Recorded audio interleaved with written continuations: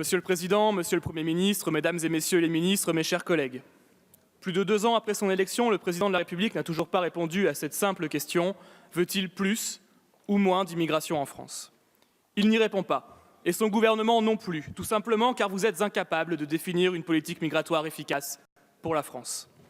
Ils ne le veulent pas, car imposer ce débat migratoire à la société d'une part et ne rien faire pour diminuer l'immigration en France d'autre part demeure la seule garantie pour cette majorité d'affronter l'extrême droite au second tour de la prochaine élection et donc de se maintenir au pouvoir. Ce détestable cynisme politique a un coût.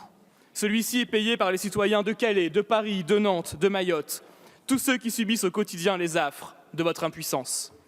Par manque de courage politique, vous avez réussi l'exploit de remettre en cause le caractère sacré de l'asile politique, forgé par les siècles d'histoire de France, gravé dans le marbre de la Constitution, en faisant le seul paravent de votre incurie migratoire. Oubliez l'explosion du nombre de clandestins, les dérives de l'AME, le regroupement familial, la haine de certains immigrés de 2e ou de 3e génération pour notre pays. Pour vous, le problème migratoire se résumait à l'asile.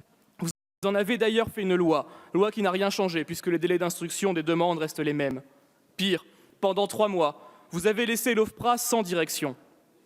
Même si je réfute cette thèse du petit bout de la lorgnette migratoire, je vais venir sur votre terrain. Dès 2017, je vous interrogeais sur le détournement de l'asile. L'année dernière, 123 625 étrangers ont enregistré une demande en France, une hausse de 22% par rapport à l'année précédente.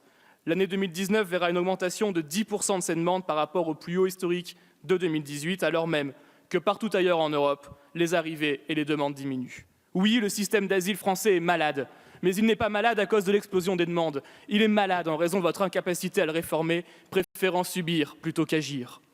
De façon constante, 2 tiers des demandeurs d'asile sont déboutés de leur demande, c'est-à-dire que la protection de la France leur est refusée.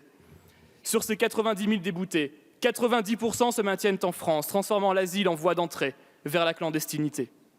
La réalité, c'est que vous avez renoncé à renvoyer les déboutés du droit d'asile dans leur pays.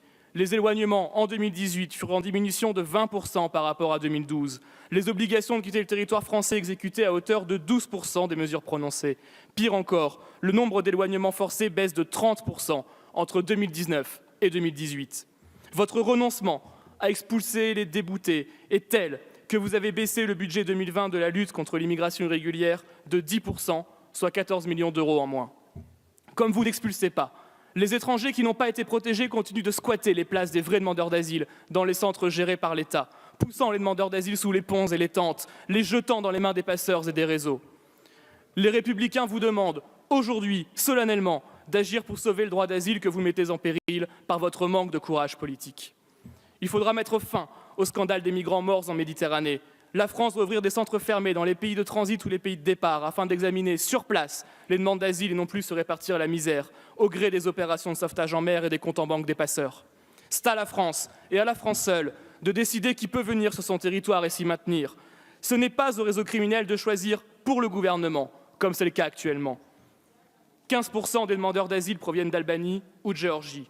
Les ressortissants de ces 2 pays n'ont pas vocation à être protégés par la France et embolisent notre système de protection. La France doit exiger le retour des visas pour les ressortissants de ces pays. Une liste de pays sûrs doit être votée chaque année, ici au Parlement, et non pas dans le huis clos du conseil d'administration de l'OFPRA. Cette liste qui ne comporte aujourd'hui que 16 pays et qui n'a pas été remise à jour depuis 4 ans et dont les pays du Maghreb sont par exemple exclus. Les demandeurs d'asile issus de pays sûrs devraient ainsi être automatiquement placés en centre de rétention, puisque c'est le seul moyen d'être certain de retrouver le demandeur d'asile quand sa demande aura été rejetée et de pouvoir le renvoyer dans son pays.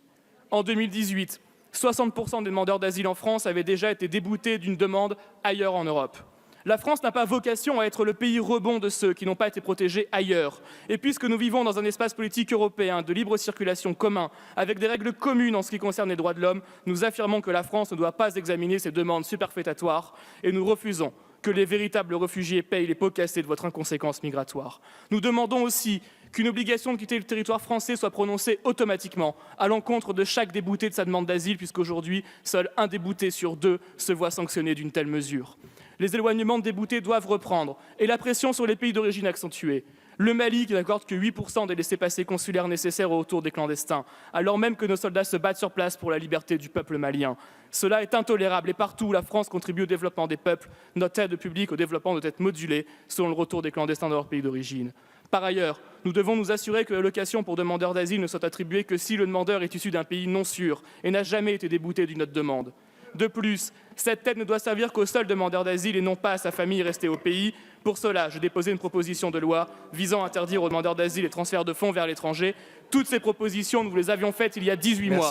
Vous les aviez dédaigneusement rejetées. Il n'est pas trop tard pour rattraper votre erreur et arrêter de faire de l'asile une voie d'entrée dans la clandestinité. Agissez, reprenez les propositions des Républicains et sauvez ce qui est le plus sacré dans la liberté de l'homme, l'asile.